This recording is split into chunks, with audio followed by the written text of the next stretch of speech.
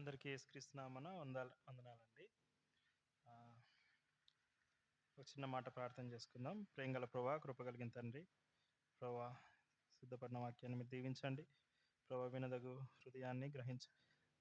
చెవులను గ్రహించగల హృదయాన్ని మీరు అనుగ్రహించి, ప్రభువా మీ వాక్యానుగుణంగా ప్రవర్తించడానికి కృప చూపించమని, ముందున్న సమయానికి మీరే అధ్యక్షత వహించమని యేసు నామములో అడుగుచున్నాం తండ్రి. మలాకీ గ్రంథం 1వ అధ్యాయం 6వ వచనం. అంతకన్నా ముందు నాదొక చిన్న ప్రశ్న. ఒకవేళ యేసుక్రీస్తు ప్రభు సడన్గా ఇప్పుడు మన మధ్యకు వచ్చి ఆయన అడిగినాడు అనుకోండి, మీరందరూ నన్ను ఆరాధించినారు చక్కగా, నేను విన్నాను, కానీ ఈ ఆరాధన మీ మనసులోంచి వచ్చిందా లేదా ఆరాధించాలి కాబట్టి మీ పెదవుల మీద నుంచి వచ్చిందా నిజం చెప్పండి అని అడిగితే ఏం సమాధానం ఉంటుంది? బయటికి చెప్పాల్సిన అవసరంలో మీకు మీరు సమాధానం చెప్పుకోండి చాలు. ఒకవేళ దేవుడు మన మధ్యకు వచ్చి, అయ్యా మీరు ఆరాధించడానికి చక్కగా సిద్ధపడి ఇక్కడికి వచ్చినారు, చక్కగా డ్రెస్ వేసుకున్నారు, చక్కగా బైబిల్ తీసుకున్నారు, సంకలో పెట్టుకున్నారు, ఇంత దూరం వచ్చినారు, అంత బాగానే ఉంది, కానీ నిజంగా మీ మనసు ఆరాధించడానికి సిద్ధంగా ఉందా? ఆరాధించడానికే మీరు వచ్చినారా? అలవాటుగా వచ్చినారా? మీరు ఎంత సిద్ధపాటుతో వచ్చినారు అని అడిగితే మన దగ్గర ఎలాంటి మన దగ్గర ఎలాంటి సమాధానం ఉంది? సిద్ధపడి ఎంతమంది వచ్చినారు? అంటే సిద్ధపడి అంటే పొద్దున్నే లేచి నీళ్ళు పోసుకొని బట్టలు ఐరన్ చేసుకొని, ఇదే కదా మన సిద్ధపాటు. టైం అయింది, పరిగెత్తాలి, పోవాలి. కానీ ప్రభువా ఈరోజు నిన్ను ఆరాధించడానికి తగిన హృదయాన్ని నాకు అనుగ్రహించు ప్రభువా. నాలో ఉన్న దోషాలు, మలినాలు, ఆలోచనలు, ఈలోక సంబంధించిన ప్రతి ఒక్కదాన్ని తీసేసి ప్రభువా నన్ను మీకు ఇష్టమైన ఆరాధకునిగా ఉంచడానికి మీరు నన్ను సిద్ధపరచండి అని ప్రార్థన పూర్వకంగా ఎంతమంది వచ్చినారు చెప్పండి. నిజంగా కొంతమంది వచ్చినారు, చేయి చూపిస్తాను, చాలా సంతోషం. మలాకి 1వ అధ్యాయం 6వ వచనంలో ఇలాగే దేవుడు ప్రశ్నించినాడు. ఏమని ప్రశ్నించినాడు? కుమారుడు తన తండ్రిని గనపరచును కదా, దాసుడు తన యజమానుని గనపరచును కదా.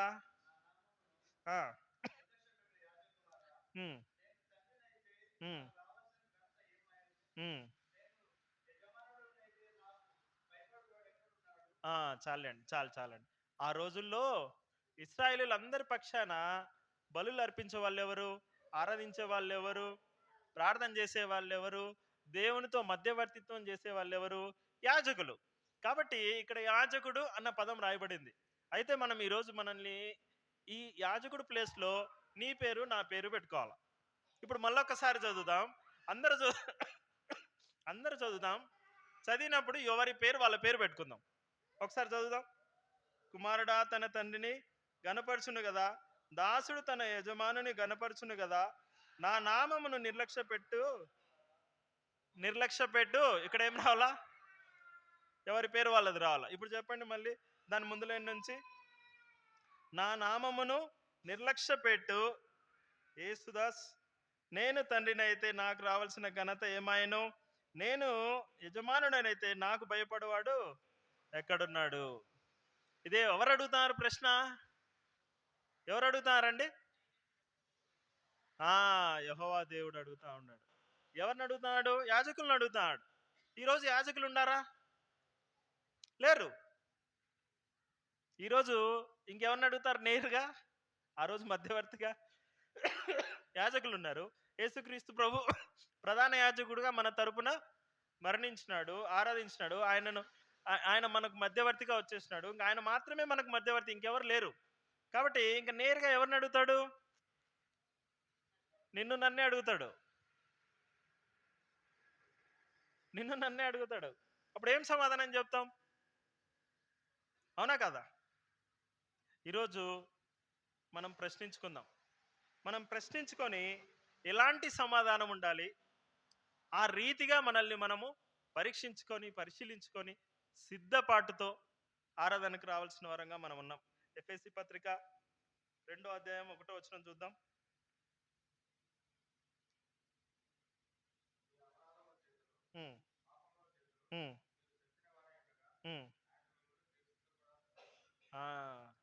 ఇప్పుడు దేవుడేమో నాకు రావాల్సిన ఘనత ఎక్కడుంది, నాకు రావాల్సిన మహిమ ఎక్కడుంది అని అడుగుతా ఉంటే, చాలా మంది ఎలాంటి స్థితిలో ఉన్నారంట?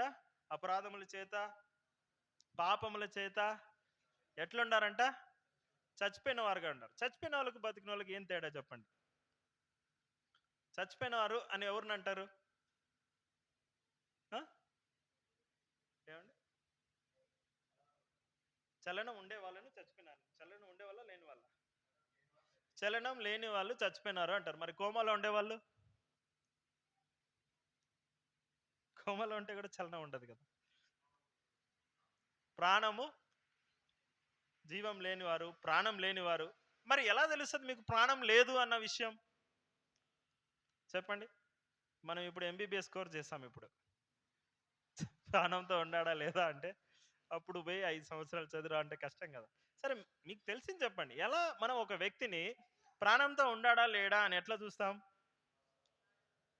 శ్వాస చూస్తాం, నాడి చూస్తాం. నాడి కొట్టుకుంటా అంటే ఉన్నట్ట పోయినట్ట? ఉన్నట్టు. లేదంటే పోయినట్టు.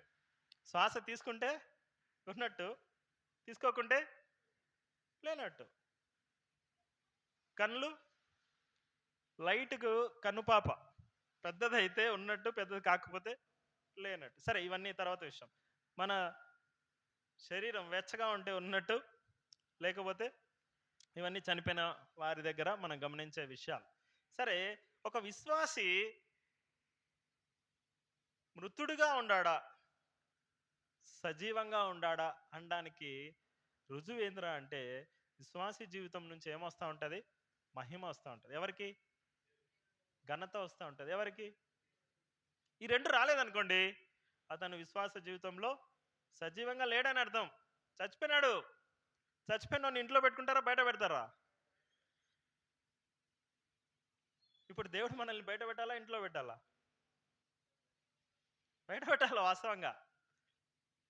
ఏమంటే ఆయన కృప మహాకృప కాబట్టి ఇంకా అవకాశం, ఇంకా అవకాశం. అంజురూపు చెట్టు దగ్గరికి వచ్చినప్పుడు ఆయన అవకాశం ఇచ్చినాడా లేదా? అట్లనే మనకు కూడా అవకాశం అంతే. అది ఎంతకాలం ఉంటుందో తెలియదు, ఎంతకాలం ఉంటుందో మనకు తెలియదు. కాబట్టి మనం పరిశీలించుకోవాలి. 103వ కీర్తన తీద్దాం.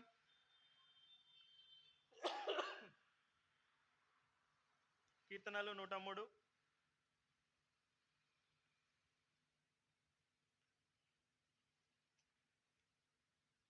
1-2 వచనాలు. నా ప్రాణమా యెహోవాను సన్నుతించుము, నా అంతరంగమునున్న సమస్తమా ఆయన పరిశుద్ధ నామమును సన్నుతించుము. నా ప్రాణమా యెహోవాను సన్నుతించుము, ఆయన చేసిన ఉపకారములలో దేనిని మరువకుము. ఆయన నీ దోషములన్నింటినీ క్షమించువాడు, నీ సంకటములన్నింటినీ కుదుర్చువాడు. సమాధిలో నుండి నీ ప్రాణము విమోచించుచున్నాడు. ఎక్కడి నుంచి? చచ్చిపోయినప్పుడు కాదు, సమాధి లోపల నుంచి కూడా ఆయన చేయగల సమర్థుడు. ఇప్పుడు ఈ మాటలు ఎవరు చెప్పినారు? దావీదు చెప్పినాడు. ఎందుకు ఈ మాటలు చెప్పాల్సింది వచ్చింది దావీదు? దావీదు ఎవరు? ఇశ్రాయేలీయులకు రాజు. రాజు పని ఏంది? రాజ్యాన్ని నేలడం. ఆయన ఏం చెప్పాలి? ఈరోజు పలానా వీధిలో రోడ్లు సరిగా లేవా, వేద్దాం. పలానా రాజ్యం యుద్ధం మీదకి మన మీదకి ఏమైనా వస్తుందా, చూద్దాం. వాళ్ళంతా చూద్దాం. సైన్యం రెడీగా ఉందా, అడ్మినిస్ట్రేషన్ బాగుందా, పన్నులు కడుతున్నారా, ఇవన్నీ చూసుకోవాలి కదా. కానీ దావీదు ఈ మాట, ఈ 103వ కీర్తన రాసినప్పుడు దావీదు యొక్క స్థితి ఏంద్రా అంటే, దావీదు చాలా ముసలివాడైపోయినాడు. హిస్టారియన్స్ ఏం చెప్పినారంటే, ఈ కీర్తన దావీదు చివరి రోజుల్లో రాసినాడంట. దావీదు గొప్ప స్థితిలో ఉన్నప్పుడు రాయలా, చివరి రోజుల్లో ఉన్నప్పుడు, మంచం మీద ఉన్నప్పుడు ఆయన కీర్తన పాడినాడు, దేవుని మహింపరిచినాడు. అంటే నేను అనుకుంటా ఉంటా, ఈ ఈ మాటలు చదివినప్పుడల్లా నేను అనుకుంటా ఉంటా, దావీదును అలా కళ్ళు మూసుకొని ఊహించుకుంటే, దావీదు అలా మంచం మీద ఒక్కడున్నప్పుడు మనమైతే ఏం చేస్తాం? పెద్దవాళ్ళు అయితే, నా కొడుకు నన్ను పట్టించుకోలే, వాడు వాని భార్యతో ఉన్నాడు, మా కూతురు నా దగ్గరికి రావడమేలే, వాళ్ళ దగ్గరే ఉంది, నా పక్కింటి వాడు అట్ట చేసినాడు. మనం ఖాళీగా ఉంటే ఇట్లాంటివి వస్తాయి. అంటే ఇప్పుడు మొబైల్ వచ్చింది కాబట్టి ఇంకా దానికన్నా 10 ఎక్కువ వస్తున్నాయి. అయితే దావీదు ఒంటరిగా ఉన్నప్పుడు, ముసలివాడై ఉన్నప్పుడు, మంచం మీద ఉన్నప్పుడు ఆయన ఏం జ్ఞాపకం చేసుకుంటాడంట? ఏం జ్ఞాపకం చేసుకుంటాడు? తన్ను తాను సిద్ధపరచుకుంటున్నాడు. నా ప్రాణమా ఏం చేయి, మధ్యాహ్నం బిర్యానీ చేయని కాదు, ఏమంటాడు? ఎవరితో ఎవరు మాట్లాడుకుంటున్నారు? దావీదు దావీదుతో మాట్లాడుకుంటాడు, నా ప్రాణమా. తన ప్రాణంతో తను ఎందుకు మాట్లాడుతున్నాడు? తన ప్రాణంతో ఉన్నాడు కాబట్టి. నా ప్రాణమా ఏం చేయి, యెహోవాను సన్నతించుము. ఆయన అంతరంగమునున్న సమస్తమా ఆయన పరిశుద్ధ నామమును సన్నతించుము. సజీవుడై ఉన్నాడు కాబట్టి తన ప్రాణముతో తను ఏం చెప్తున్నాడు? సన్నతించుము, యెహోవాను సన్నతించుము, ఆయన నామమును సన్నతించుము. నా ప్రాణమా యెహోవాను సన్నతించుము. ఆయన చేసిన ఉపకారములలో దేనిని, ఆయన చేసిన వాటిలో టాప్ 10 అనలా. ఆయన చాలా చేశాడు, అందులో అతి పెద్దది ఇది అని అనుకోవడంలా. నన్ను రాజుని చేసినాడు చూసావా, కాబట్టి నేను ఎప్పుడు ఆయన మర్చిపోవడంలా అని అనడంలా.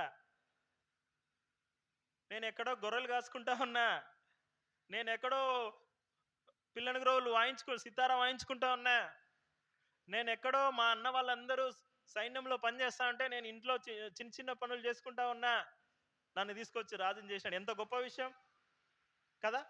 అదన్నాడా? నువ్వు నన్ను రాజుని చేసినావు కాబట్టి నేను నిన్ను ఎప్పుడు మహింపరుస్తా అన్నాడా? నా ప్రాణమా సన్నతించుము, ఆయన చేసిన ఉపకారములలో దేనిని, ఏ ఒక్కటి కూడా మనం ఇది ఏ నెల? డిసెంబర్. ఏ రోజు? ఇంకా ఈ రోజును వదిలేస్తే ఇంకెన్ని రోజులు ఉన్నాయి ఈ సంవత్సరం పూర్తవడానికి? 30 రోజులు ఉంటాయి. ఈ సంవత్సరం మొన్నే వచ్చినట్టుంది. మొన్నే వచ్చినట్టుంది. అంతలోనే మనం డిసెంబర్కి వచ్చేసినాం. నిజమే, డిసెంబర్కి వచ్చేసినాం. ఇట్లాంటి సంవత్సరాలు ఎన్ని గడిచిపోయినాయి చెప్పండి? ప్రతి సంవత్సరం ఎన్ని తీర్మానాలు తీసుకుని ఉంటారు? అందులో ఎన్ని తీర్మానాలకు మీరు కట్టుబడి ఉంటారు? ఎన్ని వాగ్దానాలు మీరు తీసుకున్నారు? ఎన్ని వాగ్దానాలు ప్రభువా ఇది నా సొంతం, ఇది మీరు నాకు ఇచ్చిన వాగ్దానం అని ప్రార్థన చేసుకొని దాన్ని నిజంగా మీ జీవితాల్లో పొందుకున్నారు? సంవత్సరాలు వస్తాయి పోతాయి, ఆదివారాలు వస్తాయి పోతాయి, కానీ మనల్ని మనం సిద్ధపరచుకొని ఆయనను ఆరాధించేవారుగా మనం లేనంత వరకు, మన మనసును మనం స్థిరపరచుకొని ఆయనను మహింపరిచేవారుగా లేనంత వరకు, మనల్ని మనము ఆయనకు ఇష్టమైన ఆరాధికులకు, ఇప్పుడు చెప్పారు కదా బ్రదరు,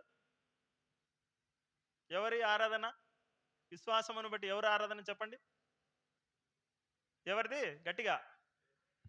హేబేల ఆరాధన. ఎందుకు హేబేల ఆరాధన దేవుడికి నచ్చింది చెప్పండి? అక్కడే ఉంది. ఇప్పుడే చెప్పినా నేను. విశ్వాసమును బట్టి ఇచ్చిన అర్పణలో కాదు, కానీ ఆయనకున్న విశ్వాసాన్ని బట్టి. మనం ఇప్పుడు ఆరాధించినాం నోటితో, జిహ్వా ఫలాలు అప్పచెప్పినాం. మనం మన నోటితో పలికిన మాటలను బట్టి ఆయన ఆరాధించబడాడు. కానీ మన హృదయంలో నుంచి వచ్చిన వాటిని బట్టి ఆయన ఎక్కువ ఆరాధించబడేవాడుగా ఉంటాడు.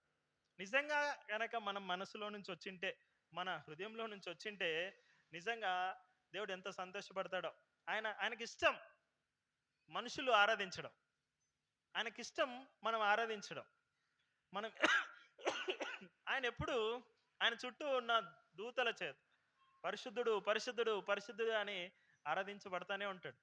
కానీ ఆయనకు మన ఆరాధన అంటే చాలా ఇష్టం. చూద్దాం దూతలు అక్కడ ఎలా ఆరాధిస్తున్నారు. ప్రకటన గ్రంథం 7వ అధ్యాయం 12వ వచనం చూద్దామా?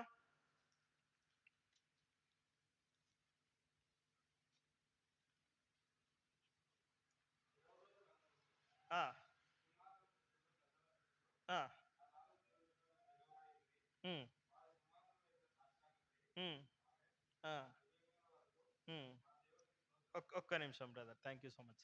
ఇప్పుడు అక్కడ ఆల్రెడీ ఆరాధన ఉంది పరలోకంలో దేవుని దగ్గర. మన ఆరాధన దాని ముందు దేనికి పనికిరాదు. ఉత్తుత్త ఆరాధన మనదంతా హృదయంలోంచి చాలా కొద్ది మందికే వస్తా ఉంది. ఎట్లా ఆరాధిస్తారంట? యుగ యుగముల వరకు మా దేవునికి స్తోత్రములు. ఏం చెల్లిస్తున్నారు? ఎప్పటి వరకు? యుగ యుగాలు అంటే ఎన్ని సంవత్సరాలు? అండి? దానికి లేదు లిమిట్, ఇట్స్ ఇన్ఫినిటీ. యుగ యుగాలు ఎన్ని యుగాలన్నా ఉన్నాయి. అన్ని యుగాలకు కూడా స్తోత్రాలు ఎవరికంట? ఆదివారం మాత్రం స్తోత్రాలు చెప్పే వాళ్ళు ఎవరంట? చెప్పండి. మనమంతా ఎప్పుడు చెప్తామా స్తోత్రాలు? ఆదివారం చర్చికి వచ్చి నీట్‌గా ఈడ చెప్పేస్తాం అయిపాయే. ఇంక సోమవారం నుంచి స్టోరీ వేరేదుంటది. సోమవారం కూడా కాదు. మధ్యాహ్నం ఇంటికి పోయినామంటే స్టోరీ డిఫరెంట్. అప్పుడు స్తోత్రాలు వేరే వాళ్ళకుంటాయి. కదా! ఓన్లీ ఆరాధనకొచ్చినప్పుడు ఏమంటే ఇది చెయ్యాలి కాబట్టి, ఇది పద్ధతి కాబట్టి, ఇక్కడ చేయాల్సిన ఆరాధన ఇక్కడ చేసేసి మనం సైలెంట్‌గా ఇంటికెళ్ళిపోతాం. ఇంటికెళ్ళిపోయిన తర్వాత స్తోత్రాలు ఎవరికి పోతాన్నాయి? అప్పుడు దేవుడికి పోవడంలా. అయిపోయి మళ్ళా ఆదివారం రావాలా. కానీ ఇక్కడ వాళ్ళేం చేస్తున్నారు? యుగ యుగముల వరకు మా దేవునికి స్తోత్రమును నెక్స్ట్ ఏంది? ఆ! స్తోత్రాలు, మహిమ, మూడోదేంది? జ్ఞానమును, నాలుగోదేంది? కృతజ్ఞతాస్తుతియు, ఐదోది ఘనతయు, 6 శక్తియు, 7 ఆ! కలుగును గాక అని వాళ్ళేం చేస్తున్నారు? చెప్పుచు దేవునికి నమస్కారము చేసిరి. ఎన్ని చేసినారండి? ఎన్ని చెల్లించినారండి? ఎన్ని ఇంగ్రీడియెంట్స్ ఉన్నాయి ఆరాధనలో? 7, 7 ఇంగ్రీడియెంట్స్ ఉన్నాయి. ఏమేమి ఉన్నాయి? మళ్ళా ఒకసారి చదువుతా చూడండి జాగ్రత్తగా. స్తోత్రమును, మహిమయును, జ్ఞానమును, కృతజ్ఞతాస్తుతియు, ఘనతయు, శక్తియు, బలమును కలుగును గాక అని చెప్పుచు దేవునికి నమస్కారము చేస్తా ఉండాలంట. కానీ దేవుడు ఈరోజు నీ వైపు నా వైపు చూస్తా ఉన్నాడు. నా బిడ్డ, నాకు రావాల్సిన మహిమ, నాకు చెల్లించాల్సిన స్తుతి, నాకు అర్పించాల్సిన అర్పణలు, నాకు ఇవ్వాల్సినవి, నాకు చెందాల్సినవి నాకు ఇస్తాడా లేదా అని చూస్తూ ఉంటే నిజంగా మనం ఇవ్వాల్సింది ద బెస్ట్ ఇస్తానమా లేదా? ఆరాధనలో నేను చెప్తానా 3 విషయాలు క్రైస్తవులకు ప్రత్యేకమైన విషయాలు. ఒకటి, వర్షిప్పింగ్ రైట్ గాడ్. మనకు తెలుసు దేవుడెవరో, దేవాది దేవుడు, అంతవరకు ఓకే. వర్షిప్పింగ్ రైట్ వే, అది తెలుసు. ఈ రెండు తెలిసిన వాళ్ళు మనమే. కానీ తెలిసి కూడా నెగ్లెక్ట్ చేసేది ఎవర్రా అంటే అది కూడా మనమే. ఈ లోకంలో చాలా మంది ఉన్నారు. పాపం నాకు నిన్న చెప్తా ఉండారు ఒక బ్రదరు. పొద్దున్నే లేసి 4 గంటలకు స్నానం చేసి చల్లనీళ్ళతోనే చేయాలంట పాపం. చల్లనీళ్ళతో స్నానం చేసి షర్టు లేకుండా బయట చలికి పోయి, ఈ చలికి ఇప్పుడే ఉంటేనే గిలగిలాగా ఇబ్బంది పడతా ఉంటే ఇవన్నీ చేయమన్నాడా దేవుడు? నిన్ను నువ్వు శ్రమ పెట్టుకో, నువ్వు నీ శరీరాన్ని శ్రమ పెట్టుకొని నన్ను ఆరాధించు అని చెప్పినాడా? Very simple and most difficult thing. మన హృదయపూర్వకంగా ఆయనను ఆరాధించాలి. ఆయనను ఆరాధించేవారు ఆత్మతోనూ సత్యముతోనూ ఆరాధించాలి. ఆత్మతో ఆరాధించడం ఎంత కష్టమో సత్యంతో ఆరాధించడం ఇంకా కష్టం. ఎవరు సత్యము? ఎవరు సత్యము? ఏం సత్యము? మనం చేసే పనులు సత్యమా? నేనే మార్గము, నేనే సత్యము, నేనే తండ్రిని ఆరాధించాలంటే సత్యంతోనే ఆరాధించాలి. సత్యం అంటే ఎవరు? యేసుక్రీస్తు ద్వారానే మనం ఆరాధించగలుగుతాం. ఇంకా వేరే దారి లేదు. మనం కాళ్ళకు చెప్పులు లేకుండా కొండలకు నడచాల్సిన అవసరం లేదు. పొద్దున్నే లేచి చల్ల నీళ్ళతో చల్లస్నానం చేసి ఇవన్నీ చేయాల్సిన అవసరం లేదు. నిన్ను నువ్వు శ్రమ పెట్టుకోవాల్సిన అవసరం లేదు. ప్రభుకి ఇష్టమైన వాడిగా ఉంటే చాలు. ప్రభుకి ఇష్టమైన ఆరాధన, ప్రభు ద్వారా మనం ఆరాధించడానికి మన హృదయాన్ని ఆయన ఆయన ముందు అలా దారబోసుకుంటే చాలు.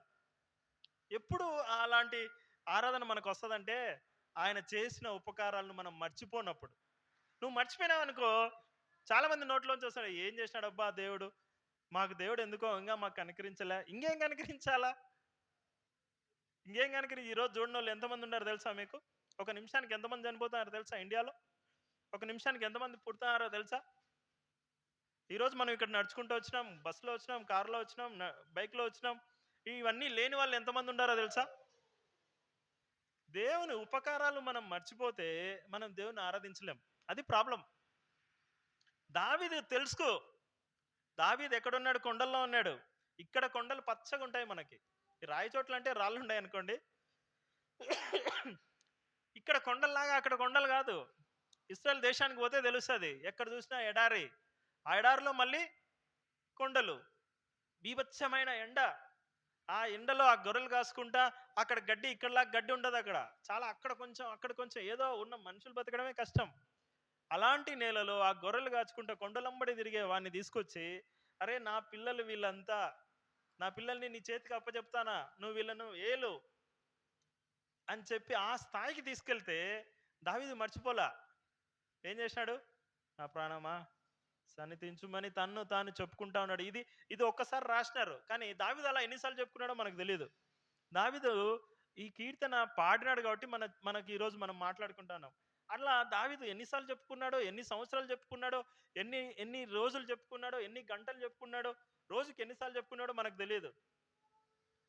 మనం కూడా దేవుడు చేసిన మేలను మర్చిపోతే మనం మనసారా ఆరాధించలేం. చదువుతాం, చెయ్యాలి కాబట్టి చేస్తాం, నోటి మాటలే బయటకు వస్తాయి. ఇప్పుడు చనిపోయినప్పుడు పోతా అంటారు చాలా మంది. ఏది ఆదరణ కూడిక అని పెడతారు. పోయినప్పుడు ఏం చేస్తారు? మీరు ఎప్పుడన్నా ఒక్క కూడికలో అన్నా విన్నారా? వీడు పనికిమాలినోడు, దేనికి పనికిరాడు, చచ్చిపోయినాడు, దీని గురించి మాట్లాడడమే టైం వేస్ట్, మళ్ళీ భోజనాలు ఒకటి వేస్ట్ అని ఎవరన్నా ఎప్పుడన్నా చెప్పినారా? ఎప్పుడు చెప్పరు. అందరూ మైక్ దగ్గరికి వచ్చి అందరూ పొగడమే. బ్రదర్ ఎంత మంచోడు, కనబడతానే నమస్తే చెప్పేవాడు, ప్రైజ్లాడ్ అనేవాడు, వందనాలు చెప్పేవాడు. అసలు నాకు చాలా బాధ. లోపల ఏముండదు, చెప్పాలి కదా. అదే పని ఏడ చేస్తున్నాం మనం కూడా దేవుని దగ్గర. మనం ఆయన చేసిన మేలు గుర్తుకు రావు. కానీ ఇట్స్ ఎ ప్రాసెస్, అలవాటు పడిన ప్రాసెస్. పొద్దున్నే లేయడం, బ్రష్ చేసుకోవడం ఎంత సులువుగా చేస్తామో, మందిరానికి వచ్చి ఇక్కడికి వచ్చి ఇక్కడ కూడా ఇట్లాంటివి మనం అంతే సులువుగా చేస్తున్నాం. చాలా జాగ్రత్త. దేవుడు అన్ని గమనిస్తూ ఉన్నాడు. ఆయన నీకు చేసిన మేలు నీ హృదయంలో లేకపోతే, నీ హృదయం నుంచి ఆరాధన రాలేదు అసలు. నీ హృదయంలో అవి అవి నాటుకుపోవాలా. ఆయన ఇచ్చిన ఉచిత రక్షణ ఎవరికన్నా ఉందా? ఈ రక్షణ ఎవరికన్నా ఉందా? ఈ నిరీక్షణ క్రైస్తవులుగా మనకుంది. మనకు తెలుసు, మనం అనుభవించినాం, రుచి చూసినాం. దావీదు అన్నాడు కదా, రుచి చూసి ఆయన ఏదో ఎవరో ఊరికే చెప్తే అలా వినలే. ఇక్కడ నిలబడి మైక్లో చెప్తే విని అవునా అంత మంచోడా, అవునా అవునా అనలా. ఆయన ఏమన్నాడు? రుచి చూచి ఎరిగి తిని. ఆయన ఎరిగినాడు కాబట్టి, ఆయన హృదయంలో అవన్నీ ఉన్నాయి కాబట్టి ఆయన అలా ఆరాధించగలిగినాడు. ఈరోజు మనం కూడా దేవుని ఎరిగిన వారం అయితే అలాంటి అనుభవం మన జీవితంలో కూడా ఉంటుంది. ఎన్నిసార్లు జ్ఞాపకం చేసుకున్నారు చెప్పండి? ఇన్ని సంవత్సరాలు, ఈరోజు ఇంకో సంవత్సరం కూడా అయిపోతుంది, 2024 కూడా అయిపోతుంది. అద్దో ఇద్దో అనే లోపల అయిపోతుంది. ఏముంది చెప్పండి? వచ్చింది ఏముంది, పోయింది ఏముంది? మీరు ఈ సంవత్సరంలో ఒకసారి అలా జ్ఞాపకం చేసుకోండి. చివరి మాసంలో మనం ఉన్నాం, 11 నెలలు పూర్తి అయిపోయినాయి. 11 నెలల్లో అరే నేను దేవుడు చేసిన మేలను ఏకాంతంగా నేను జ్ఞాపకం చేసుకున్న సందర్భం ఏముంది అని మీరు ఒకసారి మిమ్మల్ని మీరు ప్రశ్నించుకోండి.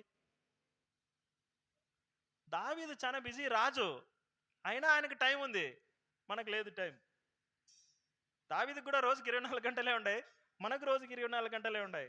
అయినా దావీదు ఒక రాజ్యాన్ని ఏలుతా ఉండి కూడా ఆయన దేవుడు చేసిన మేళ్లను జ్ఞాపకం చేసుకోవడానికి ఆయన సమయం చేసుకున్నాడు. మరి మనం చేసుకుంటామా లేదా కదా? మనల్ని మనం ప్రశ్నించుకుంటే మనకు తెలుస్తాయి. యోహాను సువార్త 4:23 మనకందరికి బాగా సుపరిచితమైన వాక్యం ఉంది. యథార్థముగా ఆరాధించువారు ఆత్మతోనూ సత్యముతోనూ ఆరాధించవలసిన వారమై ఉన్నాము. ఆత్మతో లేని ఆరాధన అది యథార్థమైన ఆరాధన కాదంట. హృదయం నుంచి వచ్చే ఆరాధన అది యథార్థమైన ఆరాధన కాదంట. కానీ ఆరాధన మనకెందుకు చెప్పండి? టైం వేస్ట్ కదా. చేయాల్సిన పని ఎలా చేయాలో అలాగే చేయాల. ఆయనను ఆరాధించేవారుగా మనం అందరము ఉన్నాము. మనము కీర్తనలు 115-17 మృతులు 115-17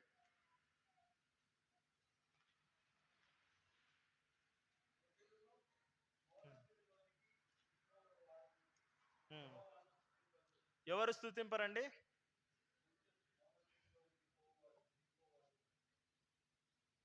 స్తుతించలేరు మృతులు. మనం మాట్లాడుకున్నాం కదా ఫస్ట్. ఒకవేళ మనము ఆయనను ఆరాధించలేని వారుగా ఉంటే మనం ఎవరిగా లెక్కింపబడతాం? మృతులుగా లెక్కింపబడతాం. మృతమైన శరీరాన్ని ఎవరు లోపల పెట్టుకోరు, బయటపడేస్తారు. నేను ఈ విషయమై జాగ్రత్త వహించవలసిన వారమై ఉన్నాం. ఒకవేళ మనం మౌనంగా ఉంటే మనం ఎవరు? మృతులు. మృతులు ఎవరు? ఆయన మందిరంలో ఉండరు, ఆయన పరలోకంలో ఉండరు, ఆయనతో ఉండరు. ఎక్కడుంటారు? బయట ఉంటారు. అంతే కదా. మనకి ఎంత ఇష్టం వచ్చిన వాళ్ళైనా కానీ చనిపోతే మనం ఏం చేస్తాం? మహా అయితే ఒక రోజు, 2 రోజులు, 3 రోజులు.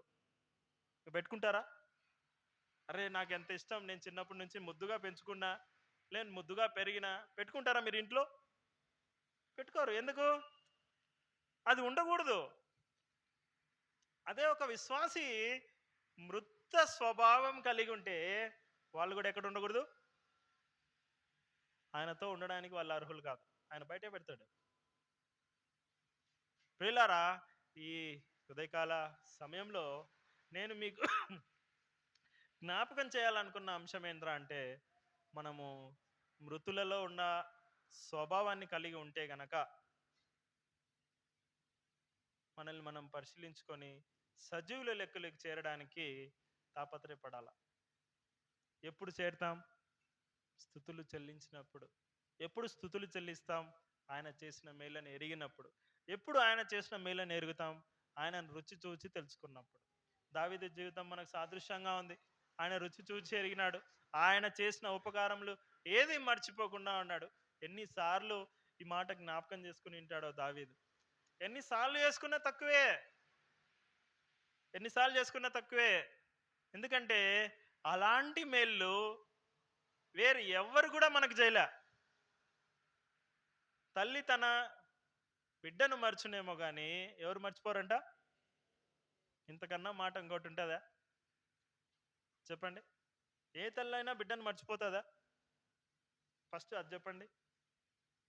మీరు ఎవరైనా మీ పిల్లలు మర్చిపోయారా? చెప్పండి. మీ పిల్లలు మిమ్మల్ని దారి తప్పిపోయి ఉంటారు. తిన్నాల్లో ఇంకో చోట అప్పుడెప్పుడో వింటా అంటాం. తప్పిపోయినాడు, వరదల్లో తప్పిపోయినారు, ఇవన్నీ వింటా అంటాం. కానీ తల్లి తన బిడ్డను మర్చిపోనేమో కానీ తండ్రి మనల్ని ఎప్పుడు ఆయన మరువడు, విడువడు, ఎడబాయడు. అటువంటి దేవుడు మన పక్షాన ఉండగా మనకు భయంలే. ఆయన మనతో ఉంటే దిగులేలా. ఇన్ని మేలు చేసిన, ఇన్ని ఉపకారాలు చేసిన ఆయనను మనం ఆరాధించి స్తుతులు చెల్లించే వాళ్ళుగా ఉండాలని నేను మీ అందరికి చెబుతూ ఈ కొన్ని మాటలు దేవుడు దీవించును గాక. దయచేసి అందరూ మోకరించండి.